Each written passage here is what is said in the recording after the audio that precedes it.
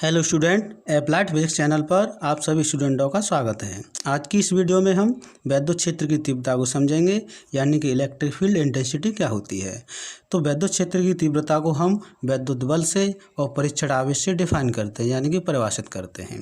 तो वैद्युत बल क्या होता है? वैद्युत बल दो आवेशों के बीच में लगने वाला बल होता है। मान लीजिए एक Q1 चार्ज है, Q1 आवेश है, दूसरा Q2 आवेश है, तो इनके बीच में जो बल लगेगा उसको हम वैद्युत बल कहते हैं। परीक्षण आवेश क्या होता है? परीक्षण आवेश बहुत ही माइन्यूट चार्ज होता है, इसका अपना कोई वैद्युत क्षेत्र नहीं होता है। यदि हम कोई भी आवेश लेते हैं, मान लीजिए यहाँ हमने +Q आवेश लिया है, तो इसके चारों ओर के क्षेत्र को हम वैद्युत क्षेत्र कहते हैं। यानी हर एक आवेश, प्रत्येक आवेश अपने चारों ओर एक वैद्युत क्षेत्र बनाता है। लेकिन परीक्षण आवेश इतना माइन्यूट होता है, इतना छोटा होता है, ये कल्पित आवेश कहा जाता है। तो इसीलिए परीक्षण आवेश का अपना कोई वैद्युत क्षेत्र नहीं होता है। तो देखिए यहाँ पर डेफिनेशन लिखी है, परिभाषित किया गया है यहाँ पर कि वैद्युत क्षेत्र में रखे परीक्षण आवेश Q0 पर, यानी कि हम वैद्युत क्षेत्र में परीक्षण आवेश को रखेंगे। जैसे कि मान लीजिए यहाँ पर वैद्युत क्षेत्र है, इसके चारों ओर वैद्युत क्षेत्र है, तो इसका वैद्युत क्षेत्र यहाँ तक है, तो यहाँ पर हम परीक्षण आवेश को रखते हैं। मान लीजिए आपने Q0 रखा है, तो इस आवेश, यह जो आवेश है, इस परीक्षण आवेश पर बल लगाएगा।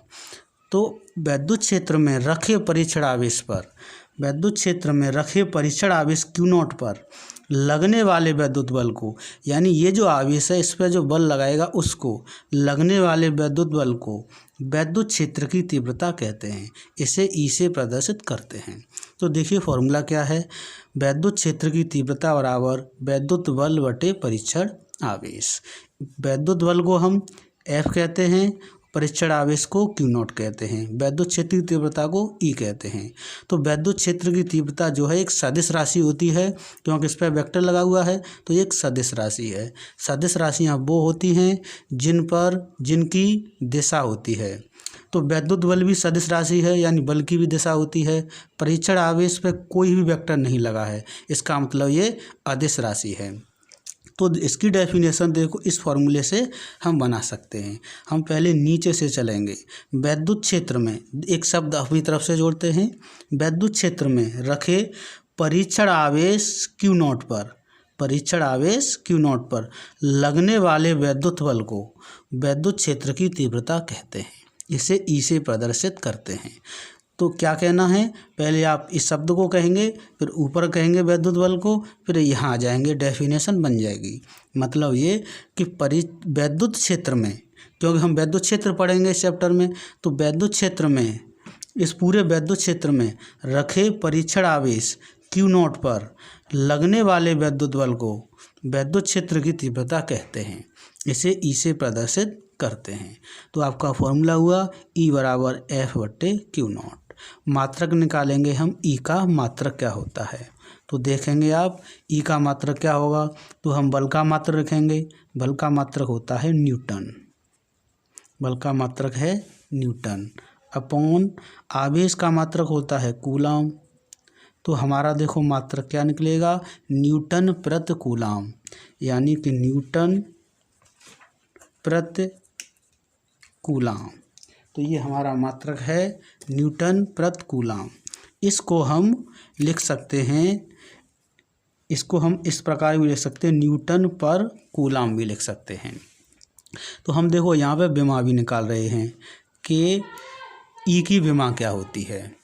तो हमारा फॉर्मूला है वैद्युत बल बटे परीक्षण आवेश। वैद्युत बल की क्या विमा है? वैद्युत बल की विमा हमें याद होनी चाहिए, mL/T-2 अपॉन परीक्षण आवेश की विमा होती है AT। तो यहाँ पर हमारा देखो डायमेंशन क्या हो जाएगी, mL, ये हमारे पास है, T-2 है, एक T हम नीचे से ऊपर ले जाएंगे, एक माइनस ये हो जाएगा, तो 2 और 1 3 हो जाएगा, यानी T-3 हो जाएगा। A को भी हम ऊपर ले जाएंगे तो A-1 हो जाएगा, यानी कि हमारी विमा आ गई है। E की विमा है ये mL/T-3 A-1। तो यहाँ हमने पढ़ा कि वैद्युत क्षेत्र हमारी एक सदिश राशि है, तो वैद्युत क्षेत्र की जो दिशा होगी, वैद्युत क्षेत्र की तीव्रता ई की जो दिशा होगी वो वही होगी जो बल की दिशा होगी। तो हमारा मात्रक ई का क्या है, न्यूटन प्रति कूलम, विमा क्या है, mLT-3 A-1। चलिए अब देखो एक और पॉइंट को समझते हैं हम बहुत समय को बचाते हुए। हमारी अगली हेडिंग है बिंदु आवेश के कारण उत्पन्न वैद्युत क्षेत्र की तीव्रता। तो देखो हमने यहाँ पर एक बिंदु आवेश लिया है +Q, इससे r दूरी पर एक परीक्षण आवेश है Q0, क्योंकि हमें पता है कूलाम के नियम से जब दो आवेश होते हैं तो उनके बीच में बल लगता है। इनके बीच की दूरी को हम r कहेंगे, यहाँ से लेकर यहाँ तक r है। ये आवेश इस पर बल लगाएगा तो बल को हमने F दिखाया है। तो क्योंकि Q0 परीक्षण आवेश है, इसका कोई वैद्युत क्षेत्र होता नहीं है, इसलिए ये जो परीक्षण आवेश है इस पर बल नहीं लगाएगा, केवल ये ही बिंदु आवेश परीक्षण आवेश पर बल लगाएगा। तो अब हो क्या, देखो यहाँ लिखा हुआ है, माना बिंदु आवेश Q, ये हमारा बिंदु आवेश है +Q, परावैद्युतांक के वाले माध्यम में स्थित है। क्योंकि हमारे पास दो आवेश हैं, एक आवेश मान लीजिए ये है और एक आवेश ये है। वैसे तो आवेश बहुत ही माइन्यूट चीज़ें हैं, तो एक आवेश को इसे +Q आवेश मान लें, इसे Q0 मान लें। तो इस समय हम मानेंगे इन दोनों के बीच में कुछ भी नहीं है, फिर भी हवा है। तो निर्वात और वायु के लिए, निर्वात उसे कहते हैं जहाँ हवा नहीं होती है, तो दोनों के बीच में या तो हवा हो या निर्वात हो, तो वहाँ K की वैल्यू 1 रखते हैं। लेकिन कोई माध्यम है तो यदि माध्यम है तो हम परावैद्युतांक K को लेके चलेंगे फॉर्मूले में। तो यहाँ पे हम देख रहे हैं कि दोनों के बीच में जो माध्यम है वो आपका K है, तो K वाले माध्यम में स्थित है, यानी जो आवेश है +Q वो जिसके चारों ओर कोई न कोई माध्यम है। बिंदु आवेश Q से, इस वाले Q से r दूरी पर एक धन परीक्षण आवेश Q0 स्थित है। इससे r दूरी पर एक धन यानी प्लस परीक्षण आवेश Q0 स्थित है। तब कूलाम के नियम से, कूलाम का नियम कब लगता है कि दो आवेशों के बीच में बल लग रहा हो तो वहाँ पे कूलाम का नियम लगता है। तो हमें पता है कि ये दोनों आवेश हैं, तो ये जो आवेश है इस आवेश पे बल लगाएगा। तो देखिए उस बल की हम वैल्यू निकाल लेते हैं। तो बल का कूलाम के नियम का क्या सूत्र है, देखिए हम यहाँ लिखते हैं। F का सूत्र हमने कूलाम के नियम में पढ़ा है 1/4 पाई ε0 into K Q1 Q2 upon r²। ये कूलाम के नियम का सूत्र है, फॉर्मूला है। तो देखो इसी को हम लगाएंगे F बराबर, यहाँ F को हम वैद्युत बल कहते हैं, क्यों वैद्युत बल दो आवेशों के बीच में जो बल लगता है उसे हम वैद्युत बल कहते हैं। तो 1/4 पाई ε0 K इंटू Q1 का मतलब है पहला आवेश है Q, Q2 का मतलब दूसरा आवेश है Q0 अपॉन बीच की दूरी है r, तो r², समीकरण नंबर फर्स्ट। ये हमने वैद्युत बल निकाला है, ये आवेश इस पर कितना बल लगाएगा। लेकिन हेडिंग में देखो हमें निकालना क्या है, बिंदु आवेश के कारण यानी इस आवेश के कारण उत्पन्न वैद्युत क्षेत्र की तीव्रता, यानी इस हेडिंग के लिए हमें वैद्युत क्षेत्र की तीव्रता ई का सूत्र निकालना है। इससे पहले हमने ई का सूत्र पढ़ा है, वो हमें परीक्षण आवेश पर लगने वाले बल के रूप में पढ़ा है, तो उसी का हम यूज भी करेंगे। लेकिन फॉर्मूला क्या निकालना है, वैद्युत क्षेत्र की तीव्रता के लिए, इसलिए हमने ऊपर जो पढ़ा है उसी का यूज करेंगे।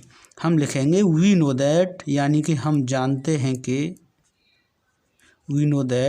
हम क्या जानते हैं कि हम ई का क्या फॉर्मूला है, ई बराबर है F/Q0। इसे हम समीकरण सेकंड मान लेते हैं। तो हमने क्या देख रहे हैं, यहाँ हमें F की वैल्यू लिखी हुई है, इस F की वैल्यू को हम समीकरण सेकंड में रख देते हैं। तो हम लिख रहे हैं F का मान समीकरण फर्स्ट से सेकंड में रखने पर, यानी एफ़ की वैल्यू यहाँ पर पुट करेंगे तो देखिए क्या हो जाएगा, हमारा फॉर्मूला क्या निकलेगा ई का। ई बराबर एफ़ की वैल्यू ये पूरी की पूरी है, एफ़ बराबर इसे पूरा का पूरा यहाँ पर रख देते हैं तो क्या है 1/4 पाई एप्सिलॉन नॉट के into q not upon r square. ये तो एफ़ की वैल्यू हुई है और बटे में क्यू नॉट पहले से चल रहा है तो यहाँ पर बटे में क्यू नॉट रखेंगे तो क्यू नॉट से क्यू नॉट आपका कैंसिल हो जाएगा। बचा क्या हमारे पास ई के रूप में क्या बच रहा है, तो हमारे पास फॉर्मूला बचा ई बराबर 1/4 पाई एप्सिलॉन नॉट के 1/4 पाई एप्सिलॉन नॉट के यहाँ बचा है क्यू अपॉन आर स्क्वायर, क्योंकि क्यू नॉट से क्यू नॉट कैंसिल आउट हो गया। तो यही हमारा फॉर्मूला है वैद्युत क्षेत्र की तीव्रता का। वैद्युत क्षेत्र की तीव्रता का ये फॉर्मूला है। हमें पता है कि तीव्रता का जो मात्रक होता है वो है न्यूटन प्रति कूलाम। विमा हम इससे पहले अभी निकाल ही चुके हैं। तो यदि दोनों आवेशों के बीच में कोई माध्यम है तो परावर्तनांक के लेके चले हैं हम।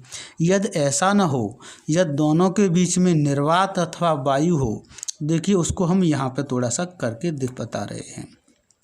यदि यहाँ पे कर रहे हैं,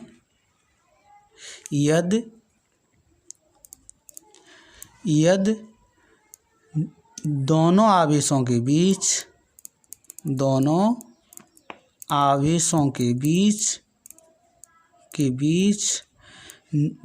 निर्वात अथवा वायु है। निर्वात अथवा जब वायु होती है तो के की वैल्यू 1 रखी जाती है। यानी यहाँ जो ये फॉर्मूला है इसमें के की जगह पे 1 पुट कर देंगे तो यहाँ से के हट जाएगा तो फॉर्मूला क्या बचेगा, ई बराबर 1/4 पाई एप्सिलॉन नॉट इंटू, क्योंकि हट गया, into q upon r square. तो ये हमारा फॉर्मूला है वैद्युत क्षेत्र की तीव्रता का। आपको कूलाम के नियम से याद है कि 1/4 पाई एप्सिलॉन नॉट की वैल्यू होती है, कितनी होती है वो देखो हम यहाँ भी लिख सकते हैं। 1/4 पाई एप्सिलॉन नॉट की वैल्यू होती है 9 × 10⁹ न्यूटन मीटर स्क्वायर प्रति कूलाम स्क्वायर। ये जो वैल्यू है ये 1/4 पाई एप्सिलॉन नॉट की है, ये कूलाम के नियम में बताई गई है। तो यदि दोस्तों आपको ये हमारी वीडियो अच्छी लगी हो तो हमारे चैनल को ज़रूर सब्सक्राइब करें और लाइक करें।